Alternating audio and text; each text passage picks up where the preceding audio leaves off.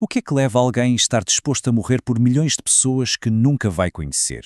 Hoje vamos tentar perceber esta força tão poderosa, o nacionalismo, através das ideias geniais de Benedict Anderson.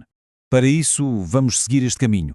Vamos começar pelo mais fundo, pela questão do sacrifício, depois vamos ver o que é uma comunidade imaginada, como é que a imprensa ajudou a construí-la, como é que se lhe deu uma forma, um desenho, e terminamos com uma questão que talvez continue aberto.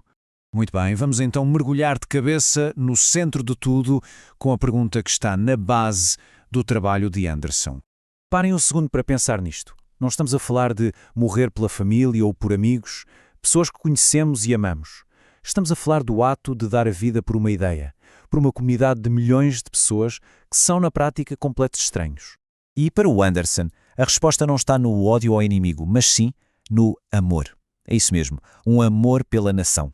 Um amor tão forte, tão abnegado, que pode exigir o sacrifício máximo. Mas como é que se chega a este ponto?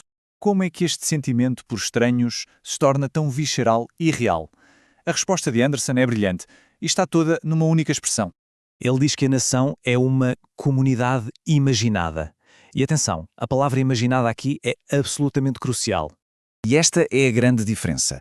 Anderson não está a dizer que a nação é imaginária, ou seja, falsa, uma ficção como um unicórnio. Não, não. Ele diz que é imaginada.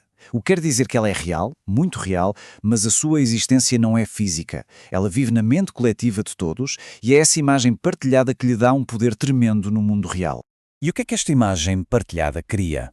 Bem, cria um sentimento de camaradagem, uma ligação profunda e horizontal. Pensa nisto.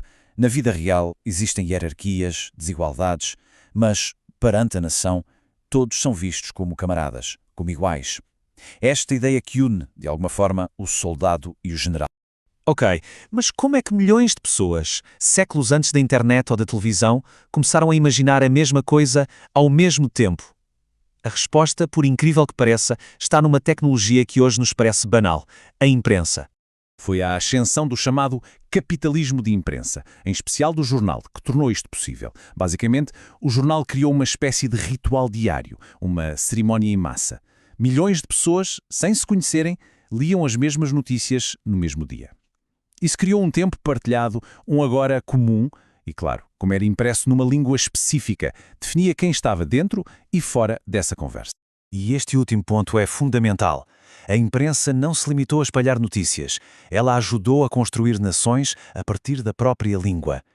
Dialetos que antes eram falados só em certas aldeias começaram a ser impressos, padronizados e transformaram-se na base para uma nova identidade nacional. A mudança foi brutal.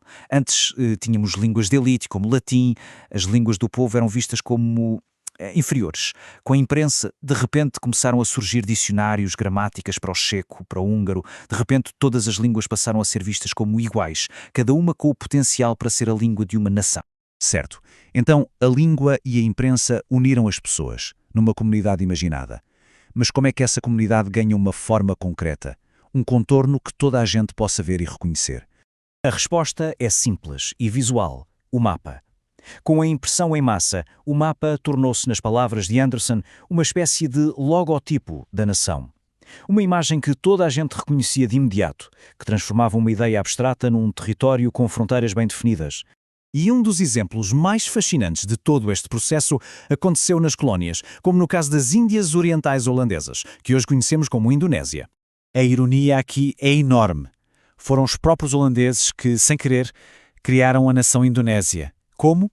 Ao criarem escolas e administrações que cobriam todo o território, obrigaram jovens de ilhas e etnias completamente diferentes a viajarem, a estudarem juntos, a lerem os mesmos livros e a verem o mesmo mapa da colónia. Pela primeira vez, eles começaram a ver-se como parte de um todo. E até a linguagem dos colonizadores ajudou.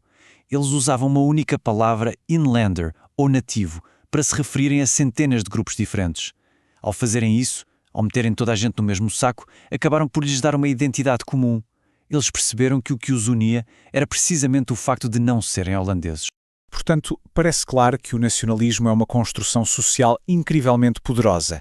Mas, como todo o poder, ele pode ser usado para unir ou para dividir. E Anderson era muito claro nisto. Uma coisa é o nacionalismo como sentimento de comunidade e pertença. Outra coisa bem diferente é quando esse sentimento descamba para o racismo ou o etnicismo, para a ideia de que a pertença é uma questão de sangue e que serve para excluir quem é diferente. A própria vida de Anderson era um exemplo desta complexidade.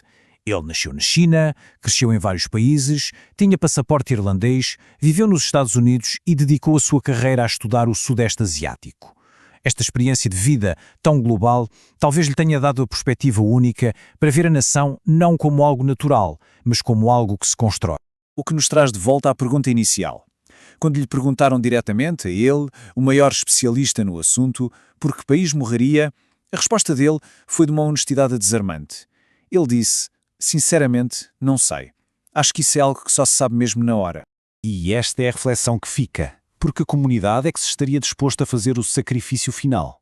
Num mundo onde todos pertencemos a tantas comunidades ao mesmo tempo, nações, cidades, grupos online, talvez perceber como é que elas são imaginadas nos ajude, no fundo, a perceber melhor quem somos.